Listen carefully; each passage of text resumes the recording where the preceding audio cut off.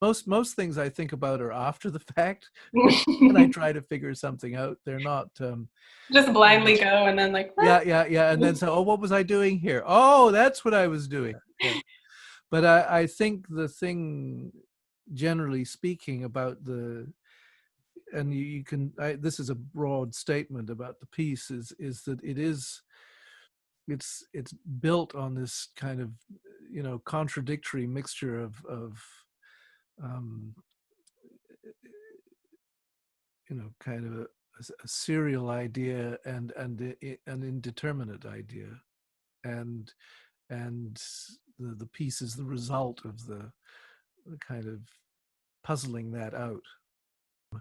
The first movement is probably the clearest one, where you hear a kind of there are various kind of little motivic things that keep recurring, little, I think, melismatic figures, little quintuplets or something that Right. come back, and you become quite familiar with it over the 2 minutes that it lasts, because there really isn't a kind of contrasting material that comes in. It's all built of the same little bits and pieces, that kind of cycle around between the voices. And then, of course, you've got the radio. Yeah, what uh, about the radio? what about the radio? The radio is a bad habit. That's The radio is nothing more than a red herring. You drag a red herring across the Total trail. It's like distraction. it puts the dogs off. The main scent. So when the radio comes in, it really is. It's intended as noise. It's intended as a distraction. You know, it's the introduction of a possibly unwanted sound, or unnecessary sound. But it's like somebody suddenly switched on a boombox outside the concert room, and is Right. who the hell did that? You know, for a Actually, listener why is to it called Trip? Sorry, I just interrupted you. that's a really good question. That's a really good question. Why is it called Trip? I I I can't tell you for absolute sure. Um, and this is where I get slightly shy, because you know again, I'm never quite sure of things while I'm doing them, but then it sort of turns out afterwards they might have something to do with something. Hmm. Um, uh, in 2006, I took a long trip to the other side of the world because there was a kind of tragedy, and there was a lot of travel. Yeah, with various people and conditions, and so the title, I like simple words that can go in many directions. Hmm. So a trip is a trip.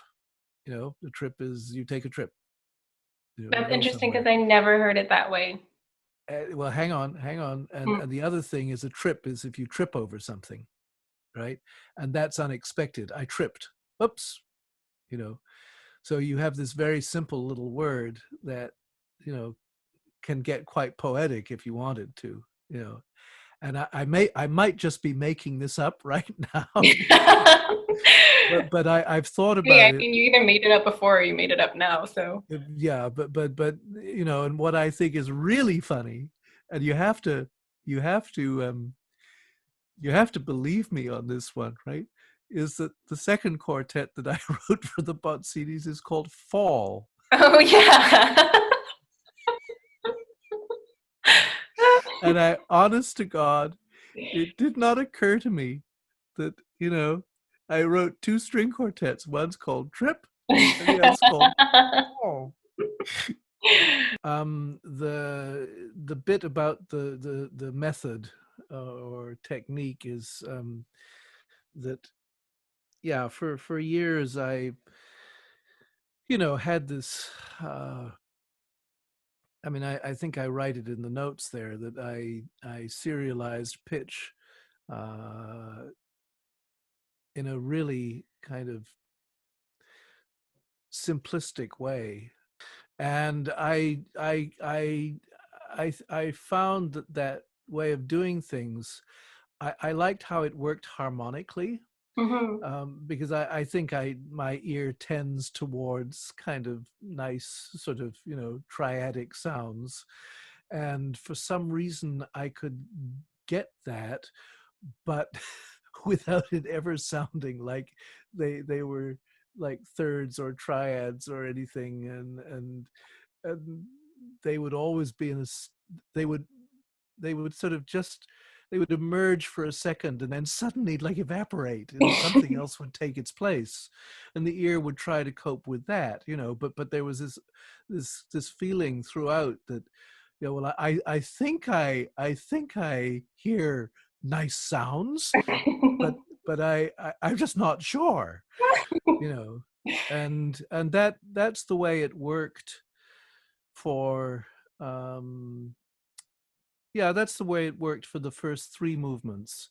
The complicated movement is the fourth one, where, um and you know, I like awkward forms, and this quartet is slightly awkward because the first three movements are less than half the length of the fourth movement. So you've got three very short movements, and then one really excruciatingly long movement that I still don't find very pleasant to listen to.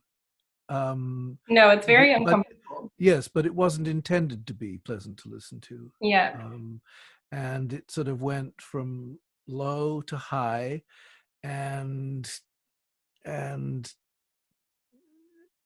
yeah,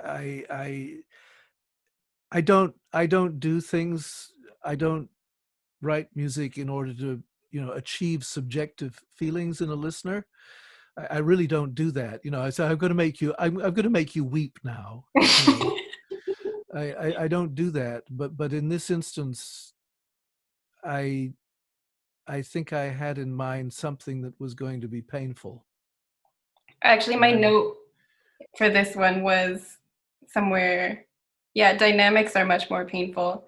That's the one where they really stood out to me, that they were more, was a broader range, and your bow techniques changed here too. Like in the first few movements, sometimes you would add one in just for like a texture or something, but here it was super raw and like aggressive. Sometimes you'd have this like overpressed forte, and then another instrument would come in and take over and carry it out.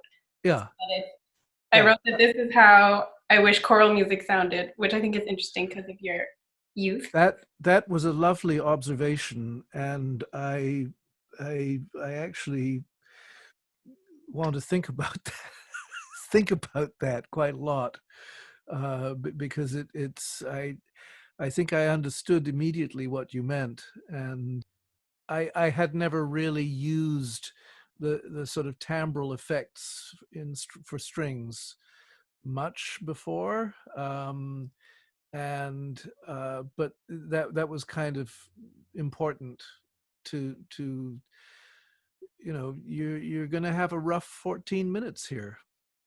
I'm working on memories here, and you know, and they may be slightly different to what things were originally. I don't know, but that sort of tells you something about the piece.